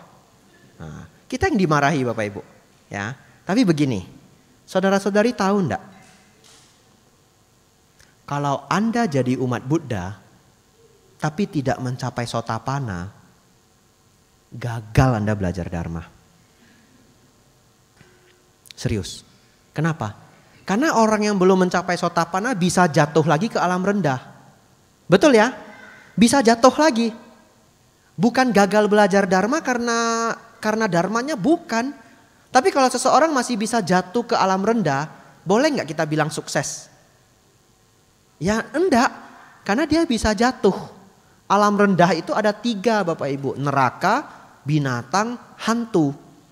Tapi begitu Bapak Ibu mencapai Sotapanna, seorang Sotapanna itu tidak bisa jatuh ke alam rendah. Mentok-mentok lahir sebagai manusia 7 kali. Itu mentok-mentoknya, nggak harus 7 kali. 3 kali, 2 kali ya bisa. 4 kali, 5 kali ya bisa. Tapi sementok-mentoknya 7 kali. Jadi Bapak Ibu Saudara, kalau ada yang bertanya, Bapak Ibu umat Buddha, ini fokus ya, terutama Anda yang punya anak. Di Buddha menjamin saya masuk surga enggak? Kalau enggak menjamin saya enggak mau. Jawabannya jamin. Iya. Jamin. Tapi belajar Dharma. Iya. Belajar apa Bante? Paham baik dan buruk. Paham hukum kama wipaka. Paham 4 kebenaran mulia. Praktek 5 sila. Belajar jadi orang baik. Keyakinan pada Buddha Dhamma Sangha. Udah 6 itu aja. 6, enggak saya tambah lagi. Ya. Ulang ya. Kenapa? Karena 1. Syarat pandangan benar itu adalah 3. Ya, memahami baik dan buruk, memahami hukum kama wipaka, memahami 4 kebenaran mulia. Memiliki pandangan benar itu sinonim dengan Sotapanna sebenarnya. Ya, walaupun tidak selengkap itu, harus dikaji lagi secara akademik. Tapi kalau saya simpelkan sesimpel-simpelnya, seseorang memiliki pandangan benar, yaitu pencapaian Sotapanna. Itu paling simpelnya. Karena jalan mulia berunsur 8 Bapak Ibu. Nomor 8 apa? Meditasi benar. Nomor 8 apa? Meditasi benar. Jalan mulia berunsur 8. Fokus ya. Ya, yang enggak pernah hafal gampang, ikut aja. Ikut yang saya ucapkan. Jadi Anda jadi ingat. Jalan mulia berunsur 8, nomor 8-nya apa? Meditasi benar. Di Sutta, Sang Buddha mengatakan, ya, Sutta Majjhima Nikaya 117. Yang rajin nanti pulang mau membaca silakan. Maha Catarisaka Sutta. Sang Buddha mengatakan tidak ada meditasi benar kalau tidak pandangan benar. Ya, jalan mulia berunsur 8 itu start dari nomor 1. Hebatnya kalau punya yang nomor 1, 2, 3, 4, 5, 6, 7, 8 berkembang sendiri. Ya, jadi Anda harus pegang yang nomor 1. Kalau pandangan benar muncul, secara alamiah pikiran menjadi benar. Pikiran benar muncul, ucapan menjadi benar. Setuju enggak? Kalau orang itu sioti, wah, mikirnya benar, maka ucapannya benar. Fair ya? Kalau pikiran benar, ucapan benar. Pikiran dan ucapan benar, perbuatan pasti benar. Kalau perbuatannya benar, cari duitnya pasti benar. Nomor 5 ini cari nafkah secara benar. Mata pencarian benar. Jadi sebenarnya 5 ini mulai dari nomor 1. Yang lain ini cuma perkembangan. Kalau pandangan sudah benar, 4 ini datang sendiri. Ya. Nomor 6 usaha benar, nomor 7 perhatian benar, nomor 8 meditasi benar. Ada pelajarannya di Tanjung Pinang kemarin. Ya, kalau belum di-post ditunggu. Saudara-saudari, kalau Anda nyari yang nomor 8 tapi nggak punya yang nomor 1, itu ala raka lama. Ya, mereka meditasinya tingkat tinggi tapi nomor 1-nya nggak dapet. Ya. Tapi kalau orang sudah nomor 1, pandangan sudah benar, meditasinya belum level pertapa, itu adalah Sotapanna yang lainnya yang begitu banyak jumlahnya di masa Sang Buddha. Ibu Wisaka, Anathapindika, mereka bukan pertapa. Mereka orang normal Bapak Ibu, ya, punya banyak kegiatan, orang baik, jadi relawan di wihara. Saudara-saudari, jadi dari 8 ini Anda boleh mengerti nomor 1 adalah kunci Anda. Kalau Anda pegang yang nomor 1, itu seperti jaminan surga Anda. Ya, tambah. Sang Buddha mengatakan, mereka yang memiliki 1, keyakinan pada tiratana. 2, pandangan benar. 3, silah yang baik, tidak akan jatuh ke alam rendah. Sang Buddha yang mengatakan. Tak ulang ya. 1, memiliki keyakinan kepada tiratana. 2, memiliki pandangan benar. 3, memiliki sila yang baik. 5 sila yang baik, tidak akan jatuh ke alam rendah. Itu jaminan Sang Buddha enggak kalau kita pasti masuk surga? Iya. Cuma tidak digembar-gemborkan di Buddhis. Ada loh kalimatnya, ya. Jadi kalau misalkan ada yang nanya Anda, di agama Buddha dijamin masuk surga enggak? Jawabannya jamin. Iya. Tapi jaminannya bukan dari niat atau janji. Jaminannya bukan dari upacara. Ngerti ya? Ada yang dari upacara. Anda udah dijampi-jampi, kamu masuk surga. Selamat. Kyonghi. Serius? Saya dulu juga ikut, udah dijampi-jampi saya nih. Ya. Tapi setelah belajar dharma dari suta, ternyata jaminannya bukan dari upacara, bukan dari jampi-jampi, bukan dari mantra-mantra. Jaminannya dari praktek. Keyakinan pada tiratana, pandangan benar. 5 sila. Sudah jalani 5 sila? Sudah. 4 kebenaran mulia saya sudah kasih pelajarannya. Itu sebabnya saya ngajar 4 kebenaran mulia di banyak tempat. Agar umat Buddha bisa segera mencapai tingkat Sotapanna. Punya keyakinan kepada Buddha Dhamma Sangha. Jawabannya sama. Gimana biar bisa punya keyakinan Bante? Banyak mendengarkan Dharma. Kan begitu ya? Nah setelah 3 ini Anda punya, Sang Buddha mengatakan Anda tidak akan lahir di alam rendah. Artinya jaminan masuk surga. Hanya kita tidak terbiasa pakai bahasa begini. Ya, tapi sesungguhnya Anda dijamin masuk surga. Tidak sulit. Ya, tidak sulit, tapi dikerjain ya. Tidak sulit tapi dikerjakan. Anumodana pertanyaannya, ya, luar biasa, menginspirasi banyak orang. Kita sudah jam 7 Bapak Ibu. Mau pulang atau mau lanjut? Ada yang mau nanya? Silahkan. Ya.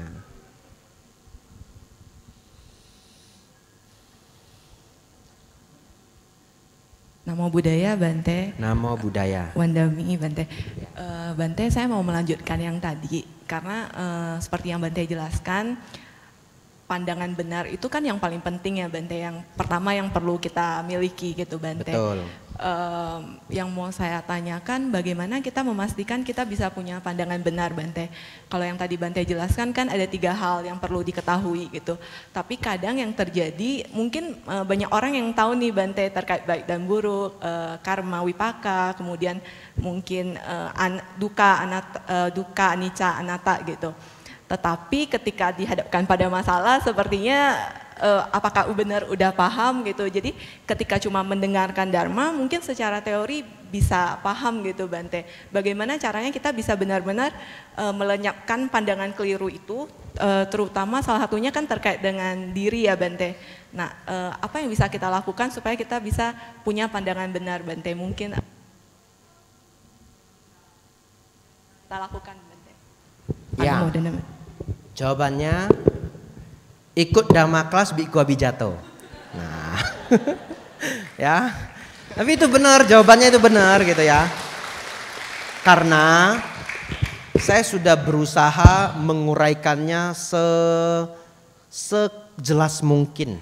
Ya, saya sudah berjuang. Tapi kalau Anda ingin jawaban yang lebih tepat, jawabannya adalah membaca sutta. Karena sutta itu kan ajaran Sang Buddha. Hanya kalau orang tidak pernah membaca sutta kan puyeng. Ya toh? Lalu kalau ditanya begini. Bante, bagaimana kita tahu kalau pandangan benar kita itu sudah benar? Jawabannya itu dicocokkan dengan makna pandangan benar di dalam sutta. Standarnya itu ikut sutta. Nah, gimana carinya? MN spasi 9. Ya, nanti pulang cari di Google ya, nggak usah sekarang ya. MN spasi 9, namanya Samaditthi Sutta. Ya, sutta mengenai pandangan benar. Di sana Bante Sariputta menjelaskan pandangan benar itu apa. Jadi kita baca sendiri pelan-pelan sampai habis ya, belasan halaman. Intinya memahami baik dan buruk. Memahami hukum Kamawipaka, memahami 4 kebenaran mulia. Yang di sutta itu lebih kompleks. Tapi kalau disimpelkan jadi 3 itu. Jadi apa yang saya sampaikan ini juga dari sutta yang kompleks. Lalu kita cocokin lagi baik itu apa? Bermanfaat bagi diri sendiri, bermanfaat bagi makhluk lain. Tidak merugikan diri sendiri, tidak merugikan makhluk lain. Kamawipaka itu apa? Berbuat baik berbuah kebahagiaan, berbuat jahat berbuah penderitaan. 4 kebenaran mulianya apa? Itu pelajaran saya 4 jam. Ya, kita ikutin ini semua sampai kita paham secara bulat. Ya, lalu memang, nah itu pas ada bunyinya lagi. Masalahnya Anda tidak perlu khawatir.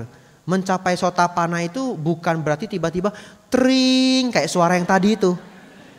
Badan Anda bercahaya, hot keng gitu ya. Wah, saya sudah sotapanna. Enggak. Sotapanna itu ditandai dengan setelah kita punya pemahaman-pemahaman tadi yang disebutkan, 3 samyojana sudah dilenyapkan, kita menjalankan sila itu sangat rileks. Kita tidak pernah merasa terbebanin menjalankan 5 sila. Ya, itu kualitas seorang suciwan. Jadi orang selalu beranggapan kalau suciwan itu duduk gitu, masuk ke dalam jana gitu ya. Tidak. Suciwan level pertama jadi orang suci. Apa arti orang suci? Apa arti orang suci Bapak Ibu? Baik. Betul enggak? Betul ya? Coba Anda renungkan. Suci itu artinya baik. Coba di dunia ini tokoh-tokoh yang dianggap suciwan siapa? Mother Teresa. Kenapa dianggap suci? Karena baik. Jadi kalau sebenarnya orang sudah jadi sotapanna, apa yang dimiliki seorang sotapanna?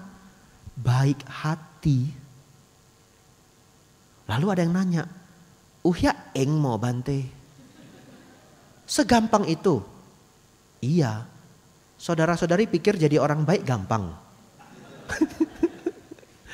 Mau jadi orang baik susah. Ya, ciri-ciri lain seorang sotapanna, marahnya berkurang, serakah berkurang, ego dan kesombongan berkurang. Marah aja deh berkurang, gampang atau susah? Nah itu. Jadi memang gampang-gampang susah. Ya. Jadi bagaimana Bante saya tahu saya seorang sotapanna? 1, tidak ada yang bisa memberitahu Anda sotapanna. Tidak ada. Terus terang. Jadi jawabannya cocokin sendiri syarat dari Sang Buddha di sutta. Setelah kita cocokin, kita cukup cukup confidence, percaya diri, tapi tidak ngejudge. Kita juga tidak perlu ngejudge, wah sotapana. Enggak usah. Kita setelah baca syarat-syarat Sang Buddha di 10 Samyojana, kita cukup mengatakan, wah on the track. Ya, on the track. Kia tiok elo leo. Ya, kia tiok elo leo.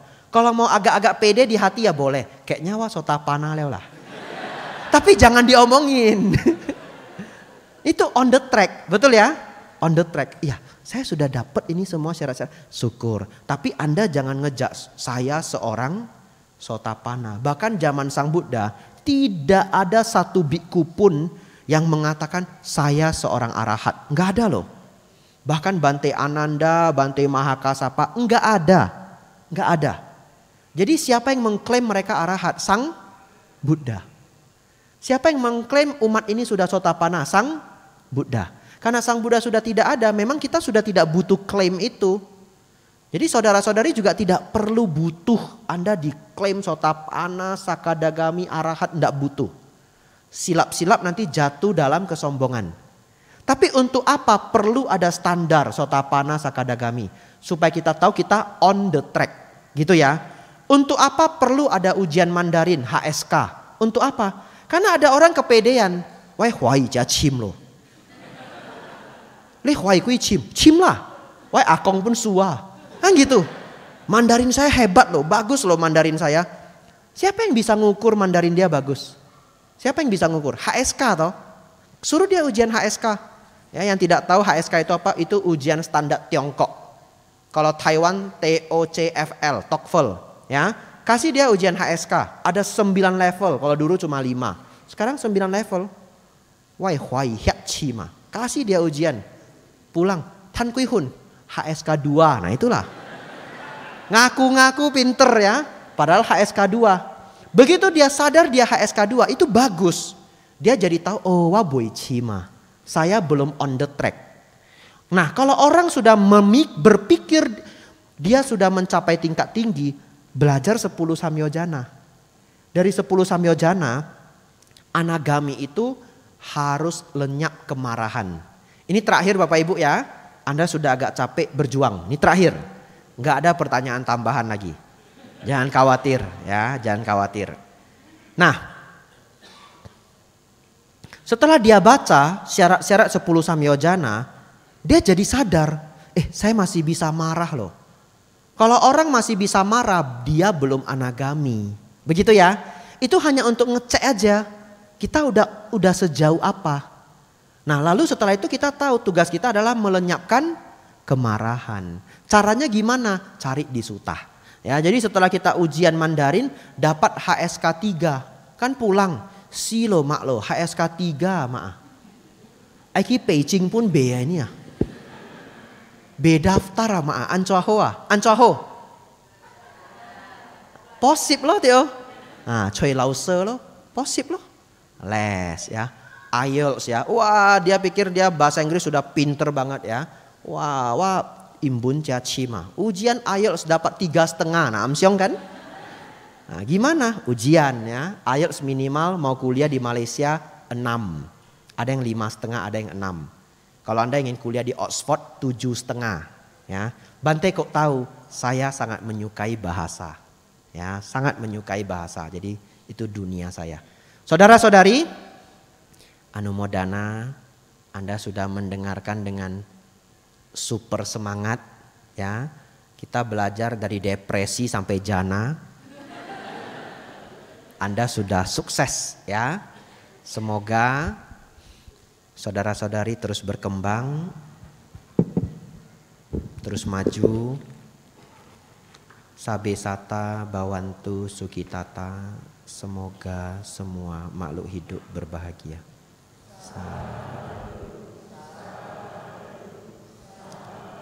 Maaf, saya lupa. Yang nanya sudah cukup belum? Bante izin saya boleh naik satu hal nggak Bante? Lanjutan Bante tapi. Jangan salahkan saya. Ya. Mohon maaf Bapak dan Ibu semua. Saya sudah mau izinkan Anda pulang Bapak Ibu ya. Ya. Tapi ada dewa yang masih bertanya. Dewa kan dharma. Kalau marah kan ganggu Anda. Jadi yang meminta Anda pulang itu marah. Tui leo lah, ya wah leo lah, boy ciak kok lah, itu marah. Nah ini dewa ya. Anda bersabar Bapak Ibu ya. Silahkan.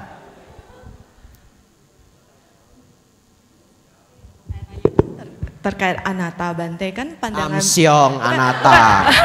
kan pandangan benar Cap itu itiam baru tui leo soleh. Silahkan. benar itu kan terkait anatta juga Bante. Nah, bagaimana kalau cuma dengar dharma kita tahu nih kita maksudnya paham anatta. Baik, bagaimana Bante cara hanya dengan mendengarkan dharma seseorang bisa paham anatta? Jawabannya bisa, tapi tidak secara total. Ya, jadi begini. Yang bisa memahami anatta secara total itu seorang arahat. Sedangkan syarat sotapanna itu harus memahami anatta. Itu kan kalau orang tidak hati-hati aneh gitu pernyataannya. Tak ulang ya. Belum memahami anatta tidak bisa sotapanna. Tapi yang hanya memahami anatta hanya seorang arahat. Berarti ya seumur hidup tidak pernah sotapanna. Tapi tidak sotapanna tidak bisa arahat. Ngerti ya? Itu artinya, nah ini tak benerin. Seorang sotapanna memahami anatta di tahap awal. Ya. Arahat memahami anatta di tahap total.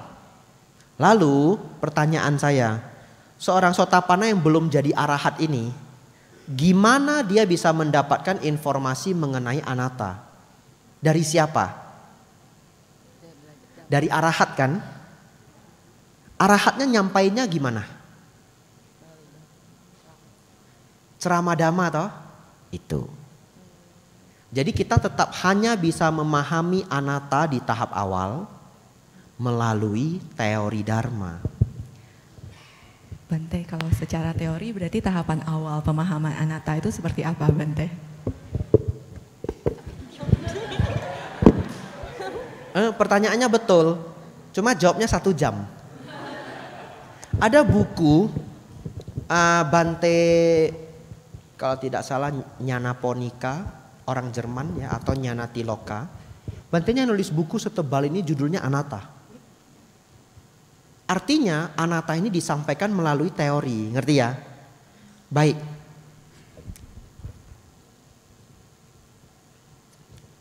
Saya sampaikan anatta di tahap yang sangat awal supaya tidak perlu 1 jam. Ya, setelah ini habis, nggak boleh nanya lagi. Kasihan yang lain. Bukan saya nggak bisa jawab ya. Bisa, mudah-mudahan bisa dijawab, mudah-mudahan. Tapi begini, anatta, di dalam Anatta Lakhana Sutta ada di Parita Biru, nanti pulang boleh dibaca. Yang di rumah tidak ada Parita, download My Parita. Sang Buddha mengatakan, anatta itu dimulai, bahasa beliau bukan begitu, tapi ini bahasa saya. Memahami pancakanda itu anatta, karena pancakanda itu tidak bisa kita atur. Ya, pancakanda itu apa Bapak Ibu Saudara? Badan dan batin. Badan 1, batin 4. Badan 1, batin 4. Hafal aja ya, nggak bisa dilogikakan, nggak cukup waktu. Hafal aja. Batin kenapa 4 Bante? Kesadaran, pikiran, perasaan, pengenal. Baik. Saya buktikan 2 aja. Setelah saya buktikan 2-nya, Anda langsung, oh ya, tio. Gitu ya. Baik. Anatta artinya tidak bisa diatur. Itu dulu. Anatta artinya tidak bisa diatur. Deal ya? Deal. Nanti saya jelaskan. Gini. Badan kita bisa nggak kita atur sepenuhnya? Tidak. Kalau kita bisa atur badan kita sepenuhnya, kita perintah badan ini. Oh badan jangan tua, betul? Tapi dia tiap hari menua. Oh badan jangan gemuk, besok saya six pack Bapak Ibu. Ya, nggak bisa. Ya saya udah coba macai six pack, nggak bisa. Kita gemuk terus. Ya, saudara-saudari, lutut Anda sakit, bisa nggak perintah lutut jangan sakit? Nggak bisa. Sang Buddha mengatakan apa yang tidak bisa diatur tidak bisa disebut sebagai milikku. Apa yang bukan milikku bukanlah diriku. Apa yang bukan diriku bukanlah aku. Jadi kita hafal bagian paling belakang, anatta artinya tanpa aku atau bukan aku. Anda nggak baca depannya. Depannya adalah tidak bisa diatur. Sudah deal belum badan ini anatta? Deal ya, perasaan. Cuma 2 aja. Bisa nggak kita ngatur perasaan secara sempurna? Nggak bisa. Buktinya, pernah nggak pagi moodnya baik, sore moodnya jelek? Bisa ya? Anda mau jalan-jalan bareng keluarga, sudah bayar, ambil cuti, sudah persiapan, pernah nggak mau jalan-jalan tapi Anda ngambek gitu? Ada problem. Oh my kilau lah, lu lang kila, nah, gitu ya. Oh my ciao lah, lu lang cia lah ya. Itu kan harusnya momen yang indah. Kenapa hancur? Karena mood Anda hancur. Karena ada yang salah ngomong, Anda sudah pesen minta nasi goreng datangnya mie, gitu ya. Saudara-saudari, harusnya karena Anda mau jalan-jalan, kenapa Anda nggak bisa ngunci mood Anda harus bagus? Karena mood kita tidak bisa diatur sepenuhnya. Mood itu perasaan, bahasa palinya wedana, ya. Karena perasaan itu tidak bisa kita atur sepenuhnya, maka perasaan bukanlah milikku. Apa yang bukan milikku bukanlah diriku. Apa yang bukan diriku bukanlah aku. Perasaan itu anatta. Sudah deal bahwa tubuh dan perasaan itu anatta? Deal ya. Ini masih panjang 1 jam. Sampai pemahaman tanpa ego, sampai masuk ke pengalaman meditasi, ternyata tidak ada yang namanya identitas sensasi 1-2 jam.